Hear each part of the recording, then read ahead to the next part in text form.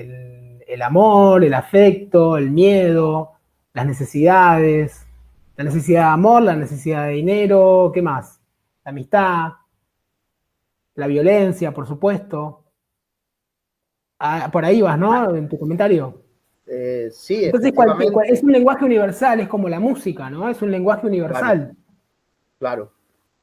Toca los grandes sentimientos que mueven al hombre a lo largo de toda su historia, ¿no? Y entonces sus películas, también lo que tú has mencionado es muy relevante. El hecho de que sean mudas, de alguna manera las hace todavía más universales. Porque los letreros que tienen las películas, el cine mudo lo puede casi ver íntegramente, incluso si no está traducido en los letreros. Y en el cine de Chaplin la acción es muy física. Y entonces eso ayuda a que el mensaje sea todavía mucho más claro. Por eso yo creo que él se opuso tanto a la llegada del sonido, porque de alguna manera consideraba que había alcanzado un nivel de magnificencia, de excelencia a la hora de plantear sus películas, que el sonido para él al principio lo consideró prácticamente un estorbo. Pero esas películas hablan del amor, hablan de la pobreza, de la necesidad de integración social, y él poco a poco va tomando una conciencia social mayor en sus películas que se va haciendo cada vez más evidente, ¿no? Y le da todavía mayor universalidad, porque incluso cuando él incrementa ese mensaje social, lo hace en un contexto que de alguna manera favorece que el mensaje tenga todavía más fuerza.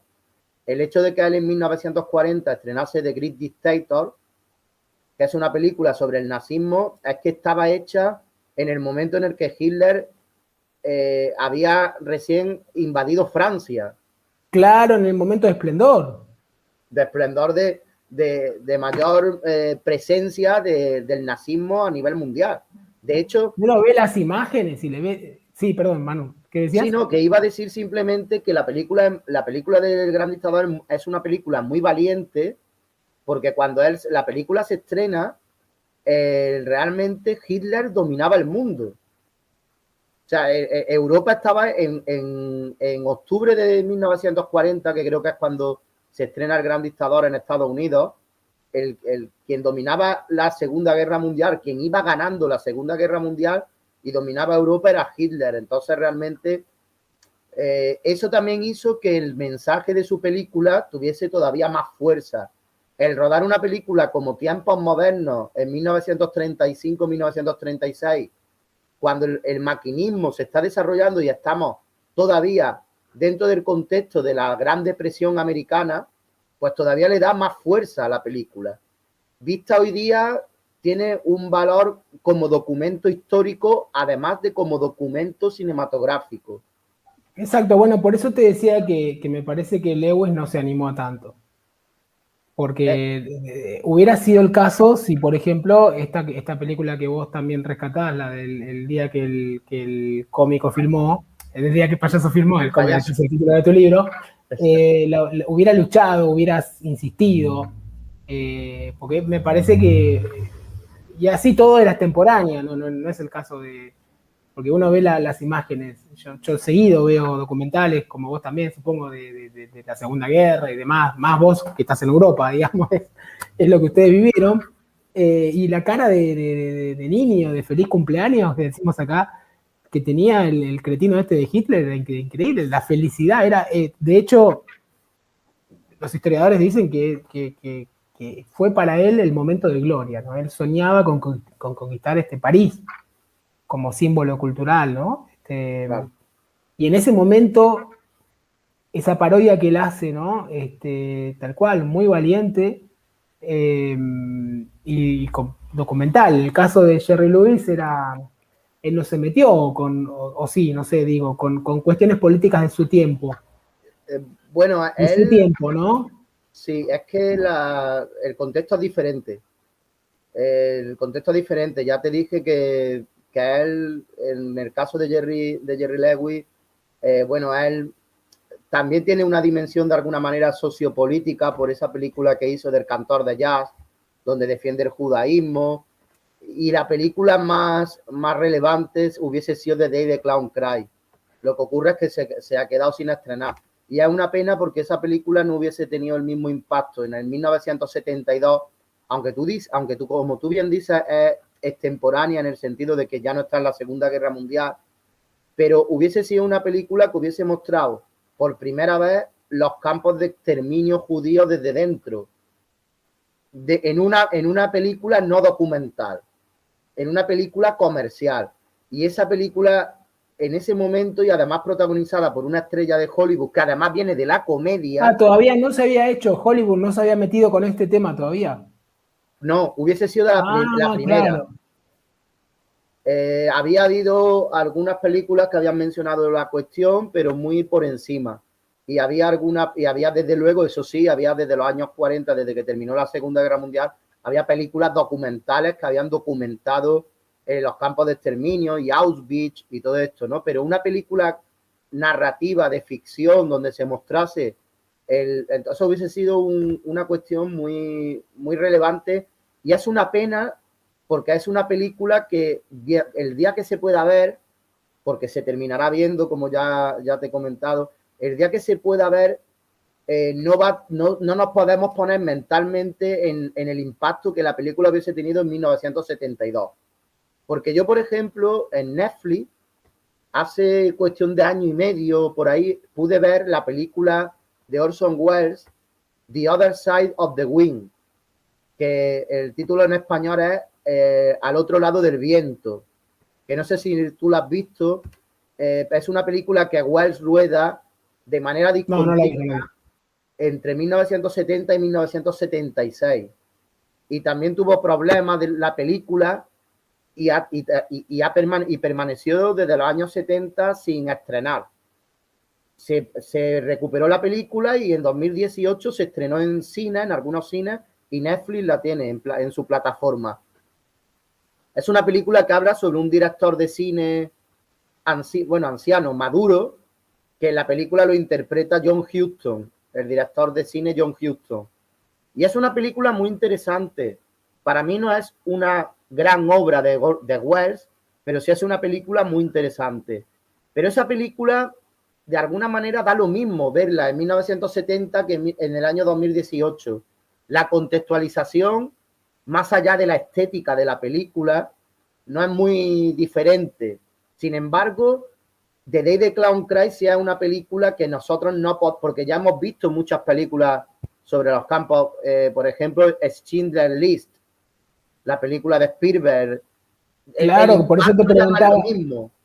Claro, por eso te preguntaba la vez pasada si seguramente Spielberg también, digamos, sabía de este precedente del color, el uso, esto que vos me comentabas del uso opaco del color, y Spielberg la hace en blanco y negro, digamos, ese lugar ya fue ocupado de alguna manera. Claro. De todas formas, fíjate, hay una cosa muy interesante con la película de Chaplin, una interconexión muy interesante, y es que Chaplin, cuando se estrenó El Gran Dictador y después termina la Segunda Guerra Mundial y salen los campos de concentración y todo lo que supuso el exterminio de los judíos, Chaplin llegó a decir que si él hubiese sido consciente de que existían esos campos de concentración y que el drama humano de la Segunda Guerra Mundial era tan grave, que él nunca hubiese hecho El Gran Dictador, porque nunca hubiese hecho una comedia sobre ese contexto histórico, aunque en El Gran Dictador realmente los campos de concentración no salen, ¿no?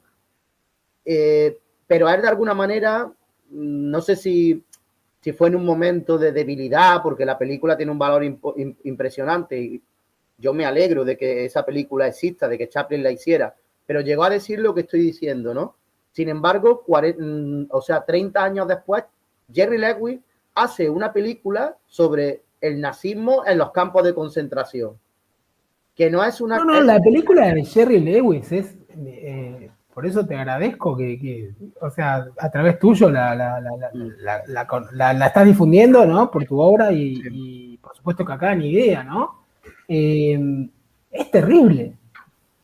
Es de una profundidad, digamos, yo creo que mucho más fuerte que la lista de Schindler, porque se trata de una persona a la que de alguna manera se la obliga a darle la mano a niños que van a ser asesinados en cámaras de gas. O sea, esa cosa ¿a qué más se puede plantear, no?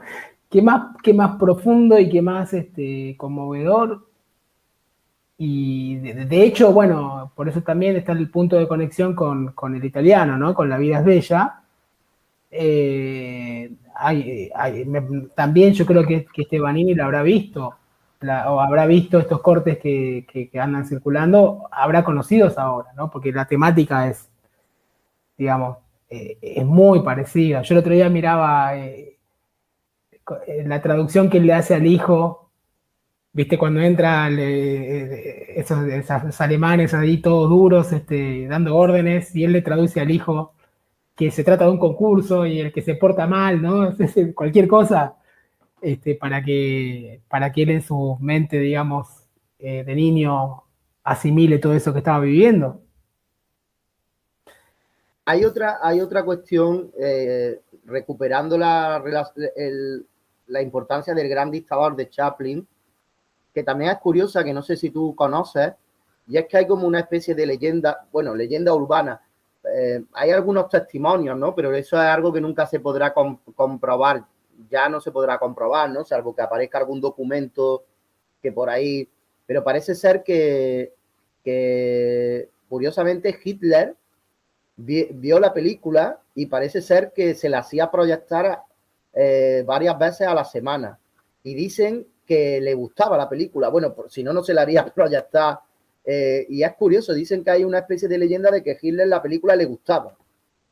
Entonces, pues resulta curioso, ¿no? El poder pensar que hubiese sido tremendo poder ver esa película con Hitler, ¿no? Que pensaba de...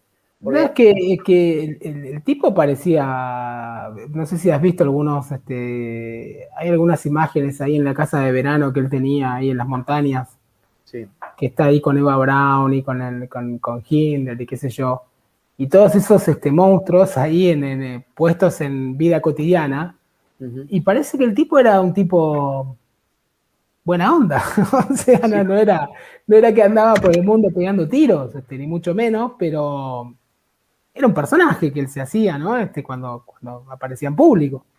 Hay una cuestión curiosa, y es que Hitler quiso entrar en la escuela de arte, creo, de Múnich, o de Múnich, creo recordar. Sí, Lo lo rechazaron. Sí. Él tenía aspiraciones como pintor y parece ser que era una persona con sensibilidad artística, por decirlo de alguna manera.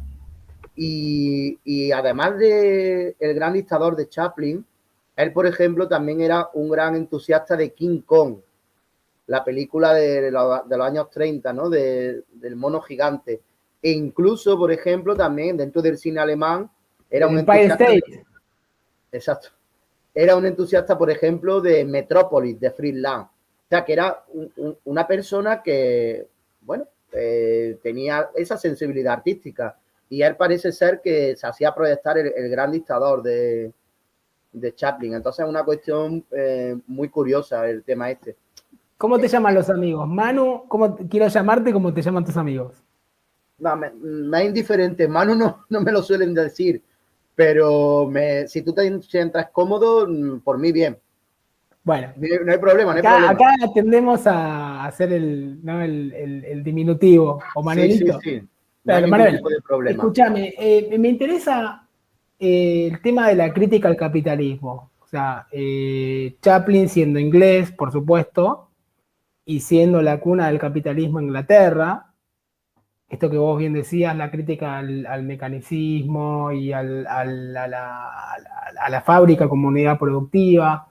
Me interesa, si querés, el tema de la crítica también a la voracidad. ¿Te acordás que Marx decía, el capital viene al mundo chorreando lodo y sangre? Y la búsqueda de la quimera del oro, no sé si la tenés presente, tiene que ver con eso, ¿no? Donde en un momento el oro no se puede comer. Y están ahí tratando, ¿viste la escena que se hierve el zapato?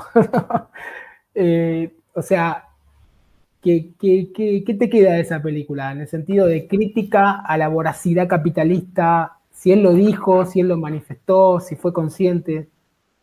Sí, bueno, él se posicionó varias veces ideológicamente y él era claramente de tendencia izquierdista.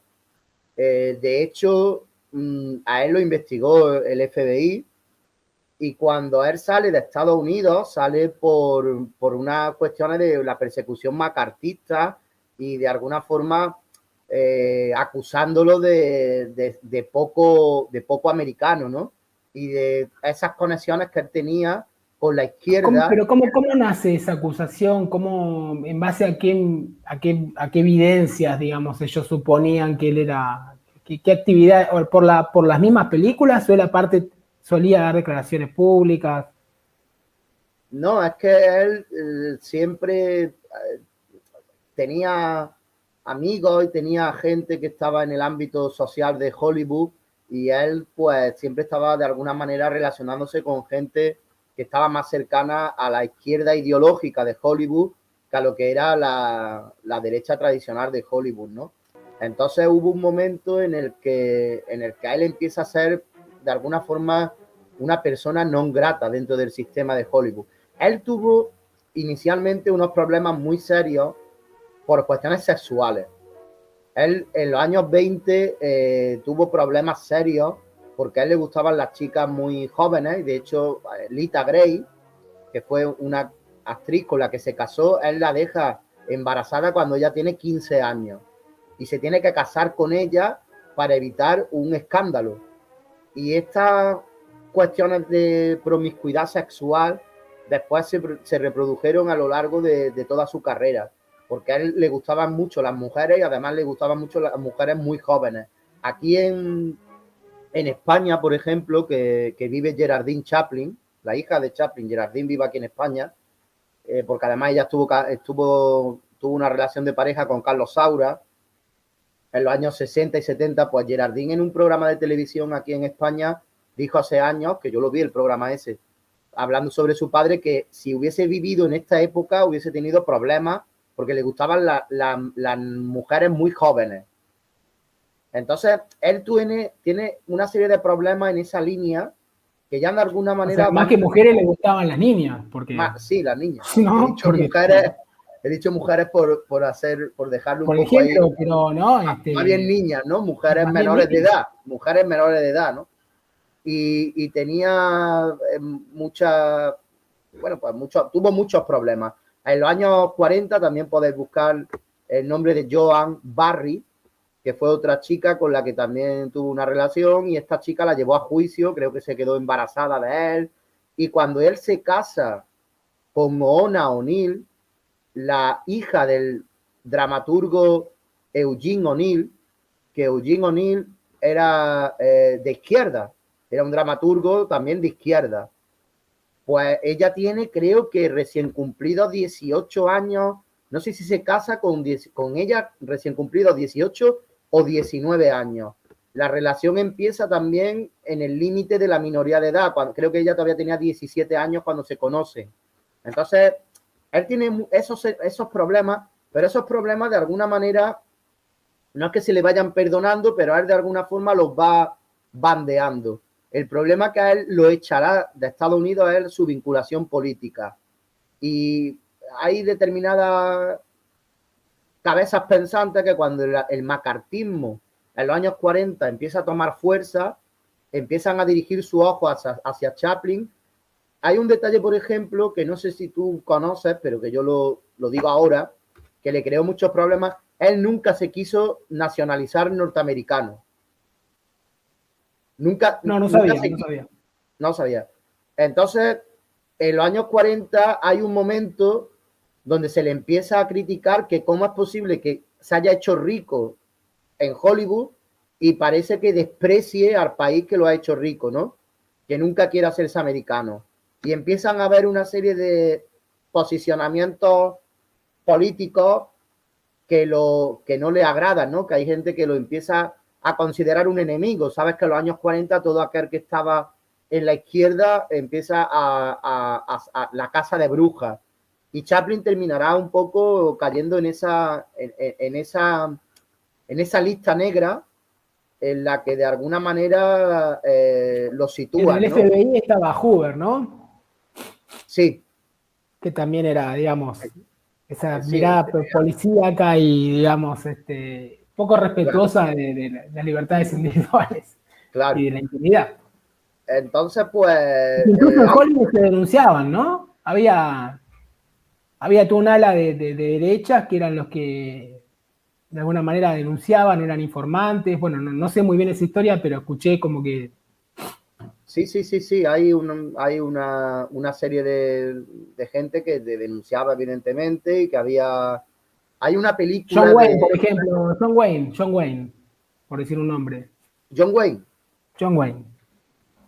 Sí, era uno de los actores más posicionados en el ala derecha, digamos, de Hollywood, ¿no? Y fue uno de los actores que de alguna manera... pero hubo gente que estaba... John Wayne no fue de los más beligerantes en ese aspecto, parece ser. Hubo otra gente que fue mucho más beligerante. En cualquier caso, aquello fue desde luego una etapa en la que nadie estaba libre de sospecha y en el momento que te identificaban como posible persona en el ala izquierda del partido o que pudieras pertenecer al Partido Comunista o tener simpatía con el Partido Comunista, pues te señalaban, ¿no? Y eso en el caso de Chaplin se incrementa en los años 40 cuando él empieza ya también a tener más edad, empieza a tener una popularidad que de alguna manera va declinando y muchos sectores de la sociedad norteamericana lo empiezan a ver como un enemigo. No lo empiezan a ver como el cómico amable de los años 20. Hay que tener en cuenta que, por ejemplo, durante la Primera Guerra Mundial, Chaplin colaboró vendiendo bonos para el esfuerzo bélico de Estados Unidos. Y en los años 40 también hizo algunos mítines apoyando la causa de los aliados contra el régimen nazi, aparte de las películas. Pero cuando llega la Guerra Fría y cuando llega en la finalización de la Segunda Guerra Mundial y empieza la Casa de Brujas, hay gente que en esa especie de todos somos sospechosos de posible comunismo, pues empiezan a fijarse en determinadas personalidades. Y la personalidad de Chaplin es una de las que empiezan a cuestionarse. Y él terminará marchándose de Estados Unidos huyendo de ese acoso mediático por su ideología socialista o comunista. Él en su autobiografía habla de cuestiones políticas y él se identifica claramente como una persona que comulga con un ideario político de izquierda o progresista, ¿no? No recuerdo si él se autocataloga comunista, creo que no. Creo que él no se llamaba a sí mismo comunista, no. Pero sí que tenía clara su posición ideológica de izquierda, ¿no? Y eso es algo también que sus películas más sociales en los años 30 y en los años 40 él lo va poniendo cada vez en primer término, y eso le va trayendo problemas. O sea, por ejemplo, tiempos modernos, dentro del concepto, ya que me hablaba del capitalismo, dentro del concepto capitalista, tiempos modernos sería una película de alguna manera peligrosa, ¿no? Porque cuestiona el capitalismo de alguna forma, ¿no? O por lo menos cuestiona determinados elementos de cómo el capitalismo no es capaz de proteger a todos los miembros de la sociedad, darle trabajo y... Claro. ¿Cómo es? La Quimera del Oro, si haces una lectura actual, te está cuestionando a la Barrick Gold, te está cuestionando la extracción a las multinacionales que extraen recursos naturales, ¿no? Mira, la Quimera del Oro es una película curiosa porque La Quimera del Oro es de las pocas películas de Chaplin que tienen un final claramente feliz. Ajá. No sé si... No recuerdo el final, no recuerdo el final. El final es que él termina explotando, digamos, la mina de oro y termina en un transatlántico con el compañero, los dos vestidos con ropa opulenta y como que de alguna manera han han pasado de los pobres a los nuevos ricos, ¿no? Entonces es de las pocas películas de Chaplin que tienen un final claramente positivo, ¿no? ¿Recuerdas que hablábamos de que Tiempos Modernos tenía un final un poco ambivalente, ¿no? Que yo lo interpreto como un final esperanzador, pero no era claro. Sin embargo, La Quimera del Oro sí que es una película de las pocas que termina bien, porque Chaplin era muy tendente a finales ambivalentes o finales no muy positivos, ¿no? Esa es una de las pocas películas que termina bien. De todas formas, a Chaplin se le criticó también mucho por la cuestión del capitalismo. O sea, se le criticó mucho la crítica al capitalismo, porque hay que tener en cuenta que Chaplin era rico. Entonces, había muchos críticos y muchos historiadores del cine que cuestionan el mensaje que él daba en sus películas. Es decir, un rico cuestionando el sistema, pero usted es rico, usted se ha hecho multimillonario haciendo películas y sin embargo en sus películas plantea una crítica al sistema capitalista, ¿no? Esto es interesante, ¿no? Posiblemente es una contradicción a la que posiblemente es muy difícil escapar, ¿no? Es muy difícil que tú, incluso teniendo una ideología determinada, renuncies a la riqueza y a tener una posición social privilegiada, ¿no? Es como si, por ejemplo, no sé, un presidente de gobierno que tiene una ideología de izquierda, pues cualquier presidente de gobierno, y supongo que en Argentina, ¿no? ¿Dónde vive el presidente de gobierno en Argentina? ¿En la Casa Rosada se llama? La Quinta de Olivos. ¿La Casa Rosada no es la finca presidencial en Argentina? ¿O estoy equivocado, no? Es la casa de gobierno. Bueno, pues... Bueno, pero mirá, no hay que irse a Argentina. Pablo Iglesias. Claro. Escúchame, tiene... ¿Cuántos euros vale 3 millones de euros la casa que tiene ahí en las afueras de Madrid? Claro. Y el tipo entra a la política con un discurso antisistema. Claro. También como nosotros docentes y demás. Claro. Y al final, se hace multimillonario y no sabemos de dónde. Exacto. Es muy difícil muchas veces ser consecuente con ese discurso y mantenerte al margen de ese discurso. Lo que sí que es cierto que a él, desde el punto de vista artístico, evidentemente sus películas critican el capitalismo. Está clarísimo. La Quimera del Oro es una crítica a la fiebre del oro y a todo eso, ¿no? Tiempos Modernos, lo mismo. Pero también es interesante esta dicotomía, ¿no? La dicotomía de alguien que tiene ese discurso, pero que realmente después... Y yo creo que ahí hay algo que conecta con lo que tú comentabas en una de las clases de Derecho y Cine, ¿no?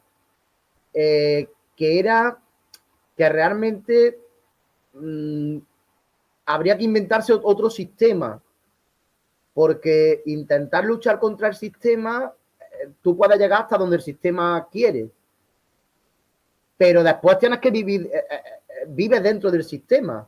Entonces tú puedes hacer películas anticapitalistas. Chaplin podría hacer, digamos, películas que criticaran el capitalismo, pero la realidad es que el hombre era millonario.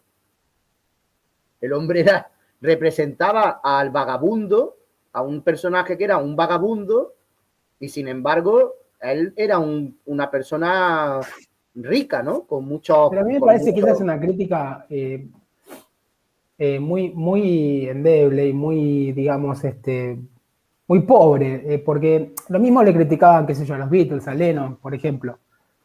Vos sos el paz y amor, ¿no? Y imagínate que no tenés riquezas y qué sé yo, y sos multimillonario.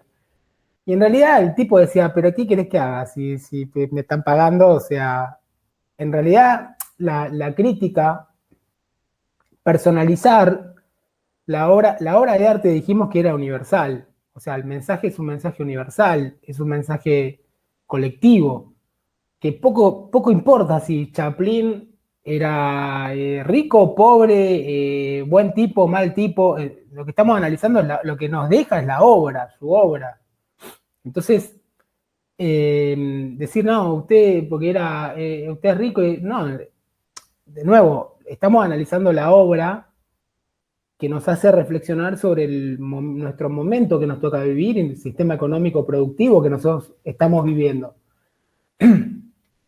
Ese Sí. es el testimonio que dentro de generaciones van a decir, eso era el capitalismo, o esa era una crítica posible a ese sistema. Es un testimonio, es un legado. Correcto. Me parece que personalizar la cuestión en la contradicción me parece que es menor. No sé qué opinás vos, ¿no? Pero digamos, Picasso era buen tipo, mal tipo, se rascaba el testículo izquierdo o el derecho, ¿y qué importa? O sea, nosotros estamos analizando hoy Guernica. Sí. Y el testimonio es ese, ¿entendés? Lo que ocurre es que hay veces que es difícil desvincular la obra del hombre. Entonces, al menos resulta curioso, ¿no?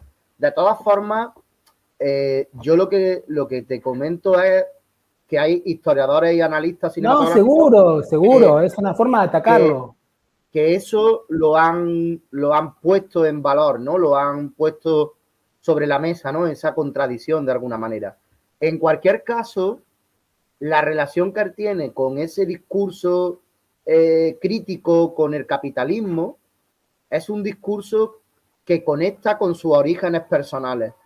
Él viene de una familia donde el padre y la madre son actores, pero con una familia totalmente rota. El padre era alcohólico, la madre tiene problemas mentales, él tiene desde pequeño con su hermano que prácticamente buscarse la vida y vive en la pobreza en primer término. Es lo que se ha calificado con mucha razón una infancia dickensiana, porque es prácticamente, si tú lees la autobiografía de Chaplin, y yo la tengo en casa porque la leí hace muchos años, los capítulos en los que él habla de su propia vida y de su propia infancia, parece Oliver Twist, la novela de Dickens, porque es realmente eso, ¿no? Prácticamente la historia casi de un huérfano, aunque el padre muere muy pronto y la madre, como tiene problemas mentales, empiezan a hospitalizarla en sanatorios mentales y él prácticamente crece con su hermano Sidney Chaplin, y crecen prácticamente cuidando de sí mismos desde muy pequeños.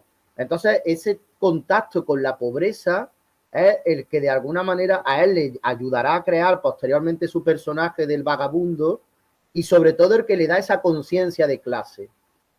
La conciencia de clase de crítica a la riqueza, al capitalismo y a todas esas cuestiones sociales que en su cine tienen tanta importancia. Ahí voy, Manuel, porque supongo que ya te tendrás que ir. Si tuvieras que resumir ¿cuáles son los puntos salientes para vos del legado que nos deja Chaplin para disfrutar no solamente desde el punto de vista estético del arte, del cine como arte, sino del contenido ideológico, ¿no? ¿Cuáles son, perdona, los 3 o 4 puntos salientes que vos te parece que son el legado del mensaje, ¿no? Sí.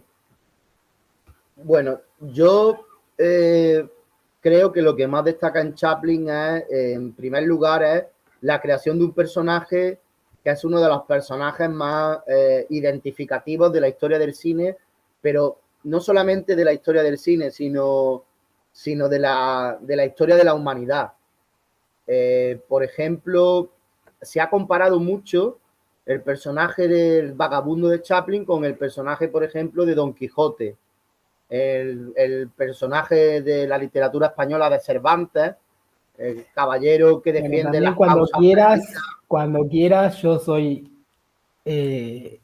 lector asiduo del Quijote, no especialista ni experto ni mucho menos, pero cuando he tenido la oportunidad de ir a Toledo, hice todo el recorrido, los caminos pero ahí hay muchísimo, ¿no? Claro, hay mucho. Sí, este tema de un personaje mitológico, ¿no? Sí. Pero que nos conecta mucho como seres humanos con en el caso de Quijote, con la locura, ponele, pero en el caso de Chaplin, ¿con quién nos conecta? en el caso del Quijote con la locura, pero también con los ideales, con la defensa de los ideales. Claro, claro, claro. De los ideales muchas veces imposibles, ¿no? De la lucha del individuo contra el sistema, porque el Quijote se revela contra los molinos de viento, el sistema de los molinos de viento, claro. Y también contra la iglesia, con la iglesia hemos topado, Sancho. Entonces, todo eso conecta. Cervantes crea un personaje universal que resume una época y que resume también el concepto del hombre, ¿no? De ese deseo del hombre por superarse a sí mismo, que es un poco la clave de la locura de Don Quijote. La locura de Don Quijote para mí es el hombre intentando superarse a sí mismo, que de alguna manera abraza sus sueños e intenta luchar por esos sueños. Y además, ¿El Chapulín Colorado te suena? ¿Perdón?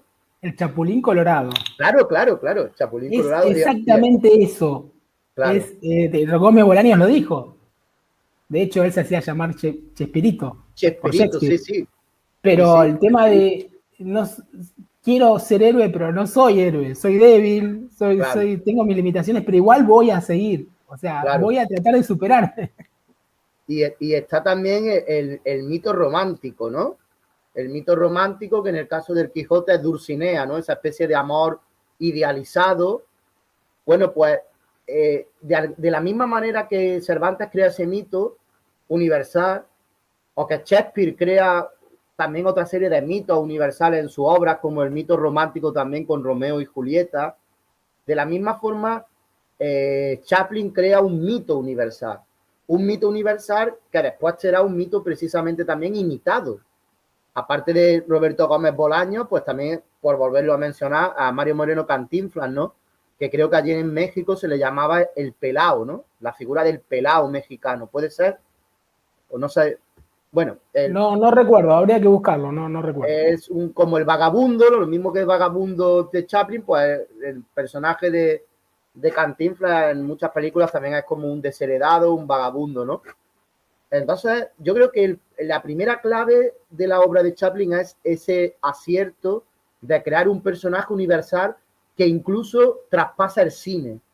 Ya no es que sea un personaje universal de la disciplina del cine, es que va más allá del cine. Y se han escrito muchos libros, igual que se han escrito muchos libros analizando el Quijote, se han escrito muchos libros analizando a Chaplin más allá de lo que es la propia obra cinematográfica, ¿no? El personaje de Chaplin. Después está otro elemento muy importante que define la obra de Chaplin, es la alternancia entre comedia y drama. Él empieza desde muy temprano en sus películas, desde sus primeros cortometrajes, a establecer una alternancia muy importante entre comedia y drama. Que eso, por cierto, yo creo que es un recorrido universal de la mayor parte de los cómicos.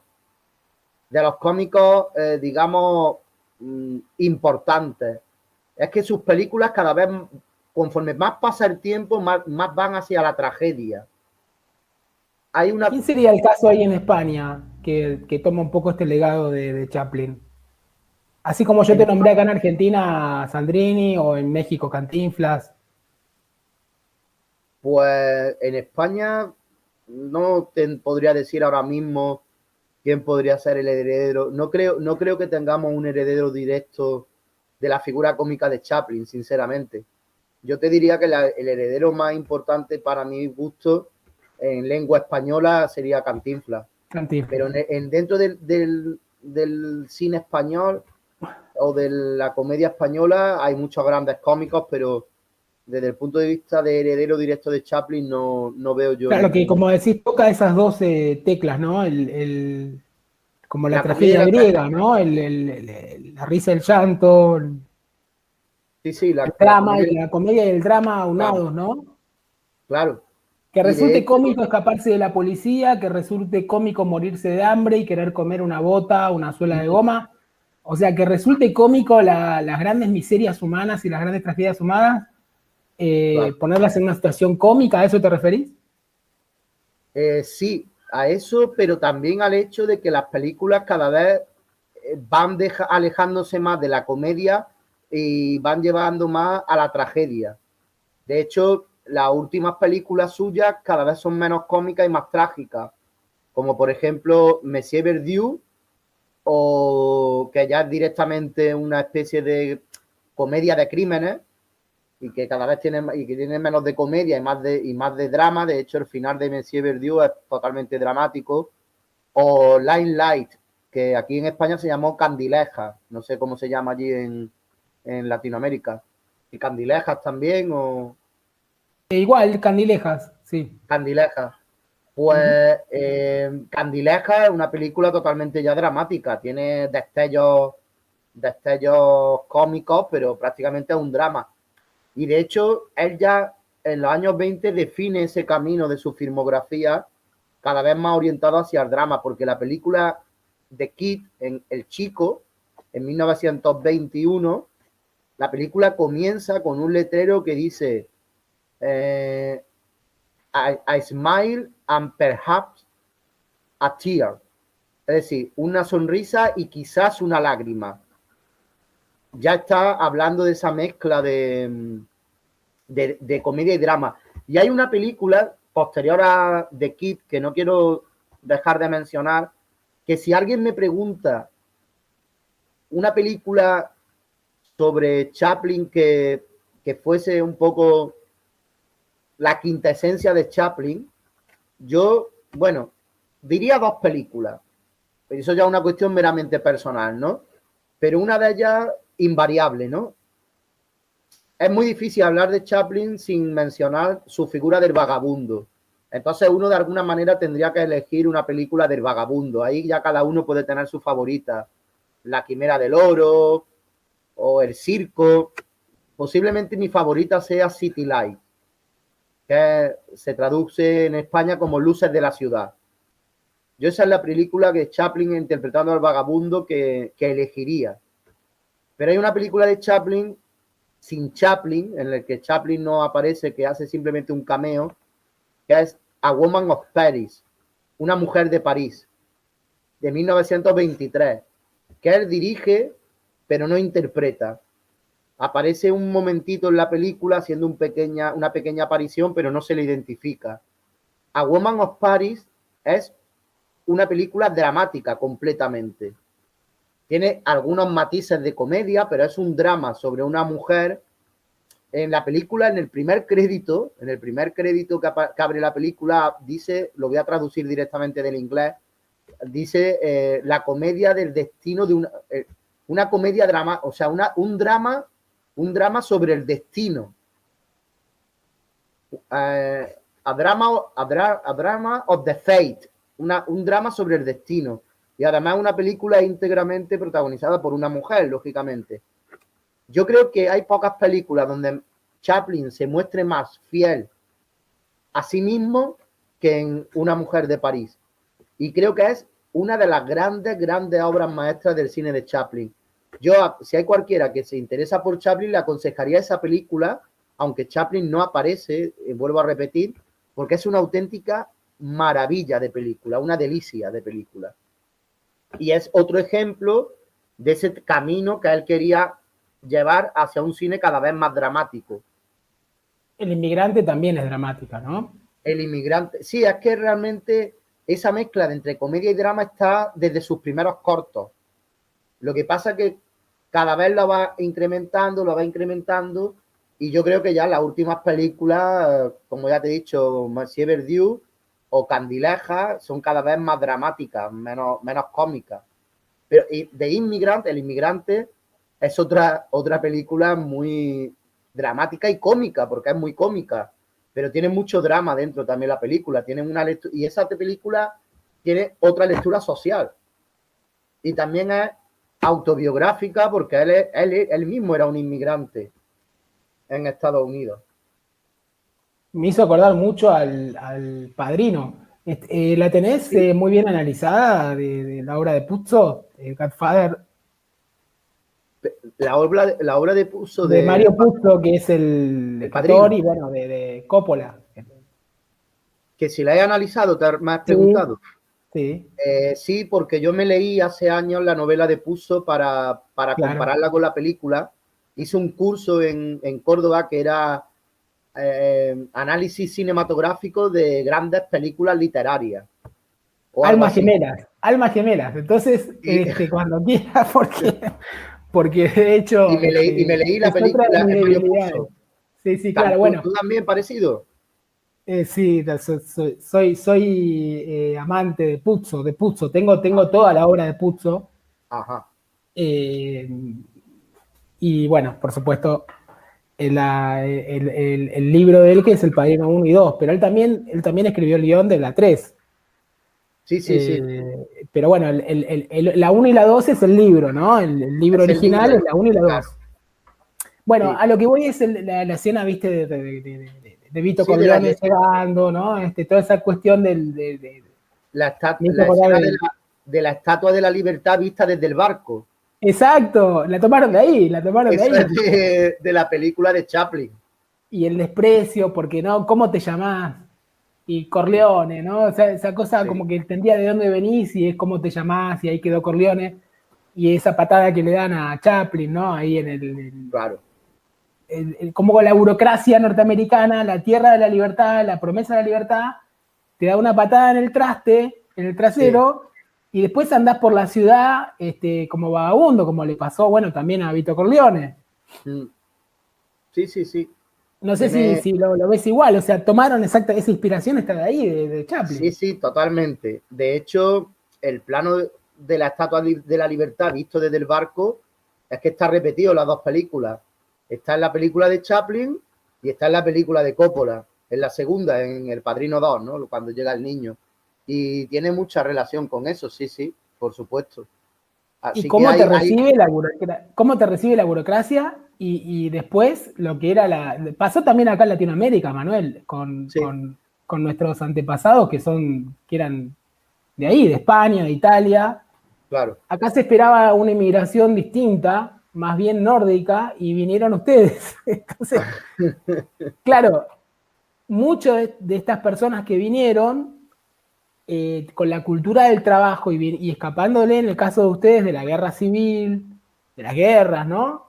Y venían acá y se encontraban con que tenían que empezar todo de nuevo. O sea, lo que era una tierra de abundancia y prosperidad, para muchos fue realmente, de hecho, el presidente Macri, el que fue presidente hasta hace pocos años, viene de una familia de italianos que vinieron sin un peso y terminaron siendo multimillonarios, bueno, como pasó en Estados Unidos también, ¿no? Esta historia pero con muchísimo sacrificio, esfuerzo y en muchos casos convirtiéndote en mafioso también, porque... Por cierto, una curiosidad personal, ¿tu apellido Sancari es también de Italia, viene de Italia, Sancari. De Italia. Sí. O sea que tú eres de orígenes italianos, ¿no? Sí, y mi madre, Chelsea. Ah, vaya. De la zona creo que era de Sicilia, mi abuelo materno y mis abuelos paternos de la zona de Siria y después algo de Italia, una mezcla ahí rara, pero sí, Italia. Ajá. Vale. Entonces, claro, tienes conexión con todo ese universo de Puzo, del Padrino, y tienes un poco es que aquí en Argentina y en Latinoamérica tenés mucho, sobre todo Argentina, Buenos Aires, donde vivo, es una ciudad europea. Nosotros aquí lo que fueron los pueblos originarios los hemos eliminado. La cultura latinoamericana la hemos barrido. Entonces, quiero decir, la cultura originaria de nuestro territorio, y de alguna manera el país se construye con las oleadas de migratorias de España e Italia, fundamentalmente. Entonces es una ciudad muy europea, nosotros físicamente somos muy europeos, vos vas a otros países y tenés ya más rasgos incaicos, o como en el caso de México, ¿no? Aztecas, pues mira, más indígenas. Yo estoy... Aquí somos europeos, Manuel, estamos muy familiarizados con nuestra ascendencia europea. No tenemos ascendencia regional. Ya. Pues yo precisamente este verano, todavía no lo he terminado por completo, pero precisamente este verano me estoy leyendo una biografía de Coppola que escribió hace unos años, hace poco hizo una edición actualizada, un escritor, creo que es norteamericano, se llama Peter Cowie, y me la he tenido que comprar en inglés porque no está, la traducción no está en español. No la traducción de esa versión actualizada, hay una traducción anterior, porque Cowie hizo un libro en 1990, pero en 2013 hizo una reedición actualizada. Y es la que yo me he comprado y la estoy leyendo en inglés, que todavía no la he terminado, ¿no? Pero ahora he refrescado de alguna manera nuevamente muchos de los contenidos relacionados con El Padrino, que Cowie habla y cuenta en el libro sobre Coppola, ¿no? Así que, dados tus orígenes italianos y tu interés en Puzo, cualquier día podemos hablar también, si quieres, sobre El Padrino, que es un tema que daría para varias horas. No, El Padrino, sí, exactamente. O sea, todo el universo, porque no es un personaje tipo Lewis o tipo Chaplin, ahí hay todo un universo, hay una familia, pero no solo la familia, sino los personajes, los que van, los periféricos, la familia de la familia, las otras, porque de hecho es una historia de familia, la familia de Nueva York, que se disputan el poder. Bueno, es fantástico. ¿Cómo pudo salir de un solo hombre todo eso? ¿No?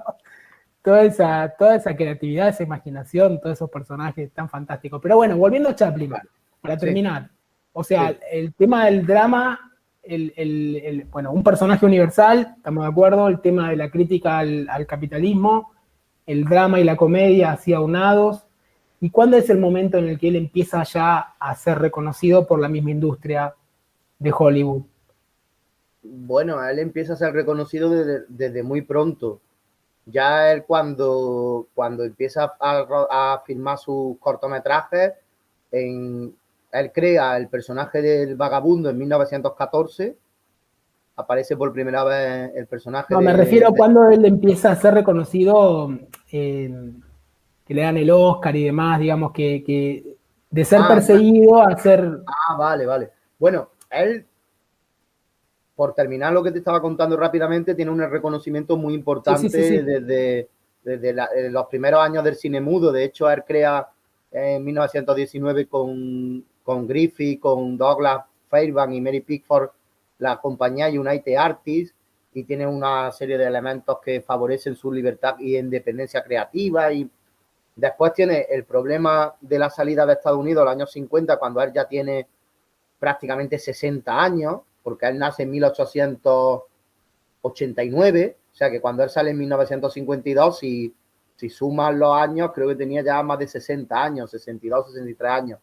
Y ya en los años 70, poco antes de fallecer, cuando ya la etapa del macartismo ha terminado, cuando ya estamos en un contexto sociocultural y económico muy diferente, con una sociedad norteamericana que está viviendo la guerra del Vietnam, que está viviendo el apogeo del hipismo, ¿no? De una nueva etapa que no tiene nada que ver con la etapa en la que él tuvo que salir de Estados Unidos.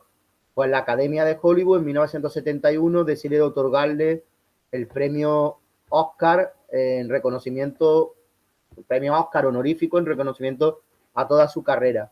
Y él regresa en 1971 a recoger el premio, que por cierto se lo entrega Jack Lemmon, que era uno de los actores también importantes de la comedia. Cuando él entrega el Oscar, hay una imagen muy bonita, ya es que Jack Lemmon le lleva, él habla un poco en el escenario agradeciendo el premio, y aparece Jack Lemmon y le lleva el bombín y el bastón.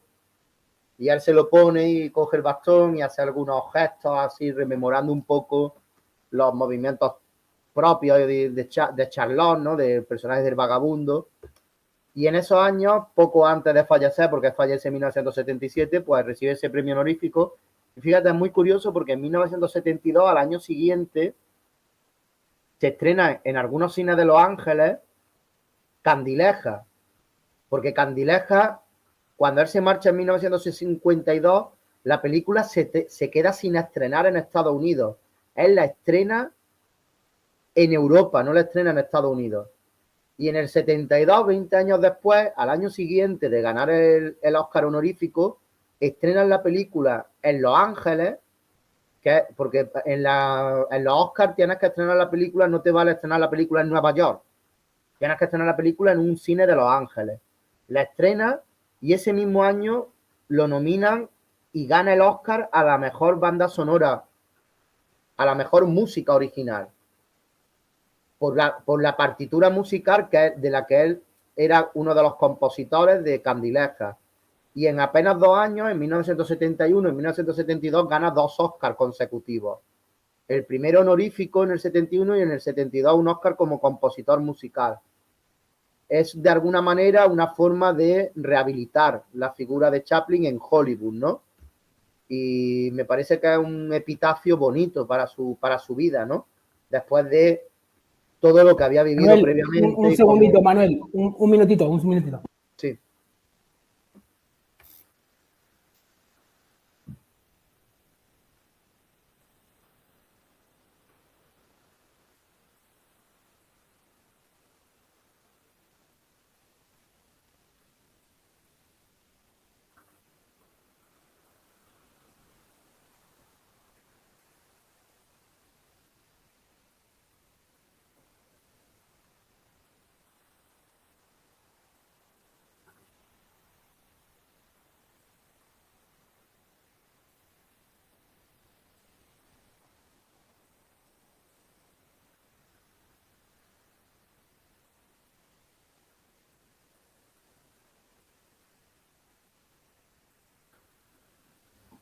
Claro, ahí hay, acá estoy, Manu. Hay un reconocimiento ya, digamos, universal también, ¿no?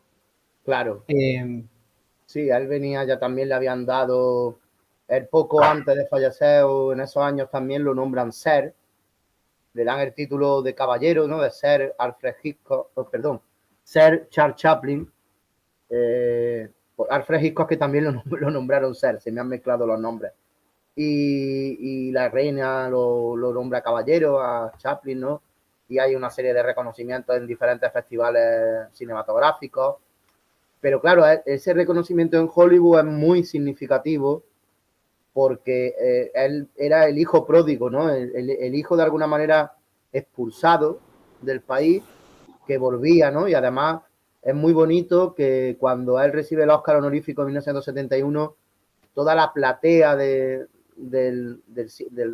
creo que era el Dorothy Chandler Pavilion donde se entregaban los premios, no recuerdo bien, pero puede ser que fuera toda la platea de la gente que estaba asistiendo a la ceremonia se puso en pie y le brindó una gran ovación, ¿no? Supongo que él se sentiría, bueno, de hecho, él tuvo unas palabras y se le veía realmente emocionado, ¿no? Supongo que eso para él tuvo que ser muy satisfactorio. Y bueno, pues realmente eso yo creo que si no compensó todos los sinsabores que él tuvo porque él en su biografía realmente habla de que lo pasó mal, marchándose de Estados Unidos, porque cuando se marchó, el clima de persecución política, por llamarlo así, era tan feo y le había afectado tanto que se marchó casi con ganas, ¿no? Estaba casi deseando marcharse. Pero que después él de alguna forma se sentía vinculado con Estados Unidos porque se tiró allí pues desde 1913 que llega creo hasta 1952 pues 40 años prácticamente consecutivos viviendo en Estados Unidos, ¿no? Y fue algo, ese reconocimiento de Hollywood fue algo así como bienvenido, de alguna forma lo sentimos mucho, nos hemos equivocado, ¿no? Eso, bueno, probablemente él hubiera producido mucho más, ¿no? Si hubiera tenido el apoyo. Al estar exiliado, ¿no? Como que corta muy temprano de alguna manera también su... Es que ahí coinciden varias cuestiones. Cuando él sale de Estados Unidos, porque Candilejas la rueda en Estados Unidos, él solamente va a volver a rodar ya 2 películas. Un rey en Nueva York, aquí en New York en 1957, que ya es una película rodada en Europa, y La condesa de Hong Kong, The Countess of Hong Kong en 1967, que también es otra película, aunque la interpretan 2 estrellas de Hollywood como Marlon Brando y Sofía Loren, era una película también europea, ¿no? La produce en Inglaterra, creo. Se junta que evidentemente el nivel de producción no es el mismo fuera de Hollywood que que en Hollywood eso a él le afectaría, le dificultaría poder acceder a la producción de películas, seguro. Y también hay otra cuestión importante, y es que él ya tenía una edad cada vez más avanzada. Ya te he comentado que cuando sale de Estados Unidos creo que tiene 63 años. Él es que vivió mucho, él murió con 88 años. En 1977, que en la década de los 70, 88 años es como si hoy mueres con 100 años. Era como Jerry, que se metía, digamos, en la postproducción, en la fotografía, en los colores, en la escenografía, en todo estaba él también. Sí. Por ejemplo, en la fotografía, él directamente no realizaba la filmación con la cámara ni dirigía la fotografía. El director de fotografía lo supervisaba su trabajo, aportaba ideas, pero hay otras muchas funciones que él hacía directamente. Por ejemplo, Candilejas está montada por él. No recuerdo si Candilejas tiene crédito del montador, porque creo que no tiene. Y no lo tiene porque creo que la montó él y no aparece como montador de la película. Y en cualquier caso, aparezca el montador o no aparezca, él montaba sus películas. Muchas de sus películas están montadas por él. Y después, la escenografía y la decoración también la controlaba personalmente. Y aparte de eso, del montaje y de la escenografía que la controlaba y que muchas veces no aparece acreditado, él sí aparece acreditado directamente en sus películas como protagonista, como actor, como director, como productor, como guionista y como músico. De hecho, ganó el Oscar por la música de Candilejas. O sea, lo que te decían Bellboy, sí, que también en los comentarios, ahí Lewis dice que hay una nota cambiada, pero es el himno norteamericano, sí, y que eso fue una idea de él. Viste que él silba todo el tiempo, algo así como... algo así. Y la música también. Eso lo escuché en varias películas que él dice, bueno, no quise, pero en realidad yo también, no sé si será verdad o no, pero él como que con los años se fue atribuyendo roles que en el momento no sí, lo que pasa es que la música de Bellboy es de Walter Scarf, y no recuerdo más. Ajá. Pero él dice que en la película, cuando comienza, de Bellboy, cuando comienza la película, él tiene... hay una música silbada, que es la que se oye sobre los títulos de crédito, que es, si recuerda, una pizarra donde va escribiendo los nombres. Y esa música que aparece, que esa sí creo que él habla de que la compuso él, o que él silbaba la música y... Él quiso silbar el himno claro, norteamericano, cambiándole una nota. Vale. Eso fue lo que él explicó en los comentarios. En los comentarios, vale. Que serán del 2001, 2002, ¿no? Ya era mayor, ya no son tan... Si no recuerdo mal, son del 2003, 2004. Claro, sí, por esa época. Audio comentarios, sí.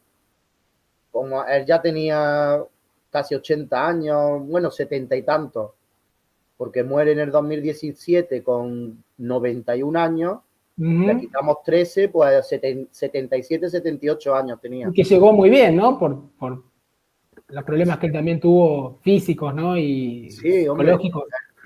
Él murió con plenitud de facultades. Lo que pasa es que murió por una cuestión cardíaca, ya por deterioro de la edad, ¿no? Es que también Jerry, en 1982, le hicieron una operación a corazón abierto, le pusieron un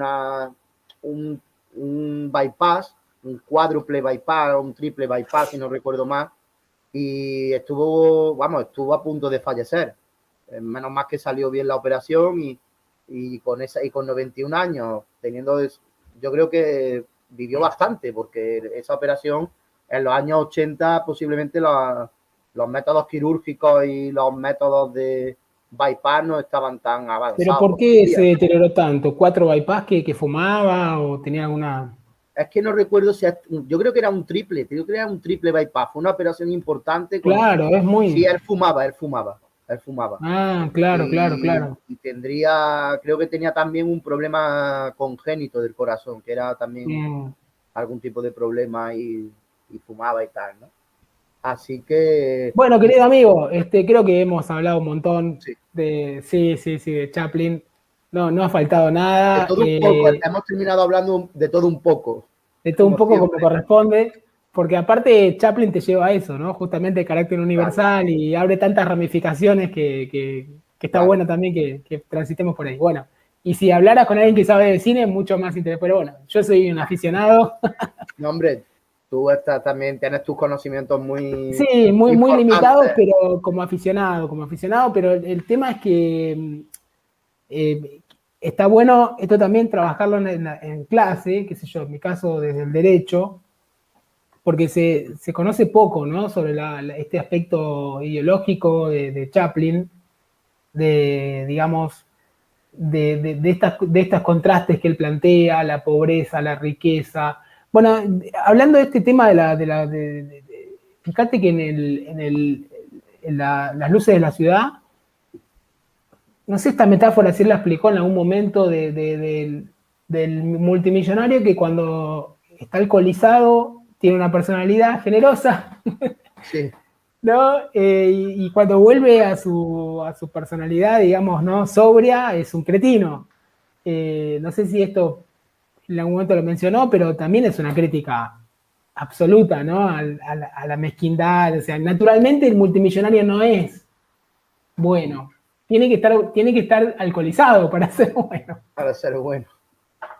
Sí, además ahí hay una cosa también curiosa y es que él a lo largo de su vida, ahí hay también algunos elementos contradictorios, porque el padre murió alcoholizado, el padre de Chaplin murió por problemas de alcohol, y aunque él en algunos momentos de su autobiografía, yo creo recordar que él habla de que nunca o de alguna manera siempre rechazó el alcohol y que no sé si dice que nunca bebió alcohol o que nunca se emborrachó, en fin, que tiene una actitud.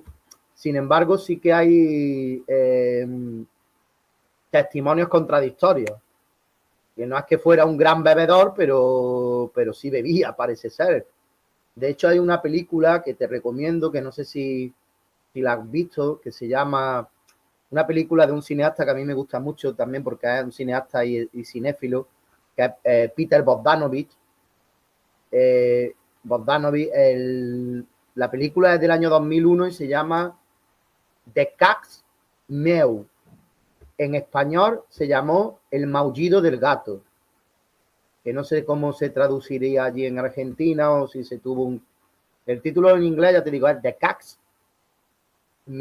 Meow. M-E-O-W. No la conozco, pero la estoy buscando. El maullido de un gato. El maullido del gato. Del gato. Del año 2001. El No sé si maullido del gato del año 2001, sí. De Peter Bogdanovich. Sí. Acá la estoy Pues viendo. esa película es muy interesante. Habla sobre 2004. ¿2000? 2004 me parece acá. 2004 o 2001. A lo mejor estoy yo equivocado, puede ser 2004. Fecha de estreno 4 de junio de 2004 en el Reino Unido. Sí, no, pero es anterior, es del año 2001. Es anterior, creo. es anterior.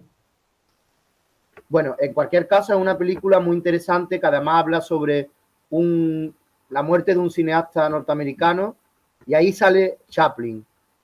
Y si tú ves esa película, porque lo que plantea esa película es algo que no es una especie de, voy a decir leyenda urbana, no de leyenda urbana, parece ser que la muerte de ese director de cine nunca quedó suficientemente aclarada. Y una de las hipótesis, por gente que parece ser que contó la historia, es en fin, no te quiero dar muchos más detalles por si puedes ver la película, pero Chaplin está por ahí por medio. Y lo que te iba a comentar es que en esa película hay una escena en la que hay una orgía entre varias mujeres y varios hombres, bueno, creo que 2 o 3 mujeres y 2 hombres, y uno de ellos creo que en la película es Chaplin, y está bebido.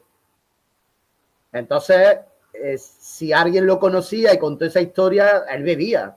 Y sin embargo, en su autobiografía creo que habla de que él era abstemio o que prácticamente aborreció el consumo de alcohol o que bebía muy pocas veces y que tenía ese recuerdo contrario al Arcor por el problema de su padre, ¿no? De que su padre, pues no parece que sea muy así, ¿no? Entonces, por eso es curioso la complejidad humana, ¿no? La complejidad humana que muchas veces da testimonios contradictorios, ¿no?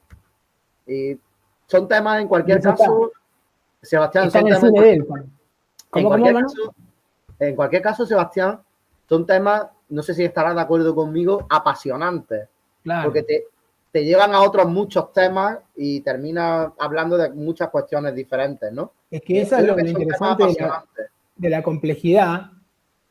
La complejidad de esta obra, como la de Jerry Lewis, porque si fuera monocorde, unidimensional, ideologizado en un sentido, no habría atractivo para mí, ¿no? Y para vos tampoco, creo. O sea, justamente esto es lo que, toda esta complejidad de lo que parece ser que no es, lo que parece ser de un modo puede ser de otro, ¿no? Claro. Estas facetas. Y como bien dijiste vos hace un rato, me corregiste muy bien, sí, el hombre tiene que ver con su obra y evidentemente sí, eran personas complejas y eso se traduce en la obra de algún modo. Bueno, pues así que bueno, querido, te mando un abrazo y se quedará un próximo encuentro, si querés, tenemos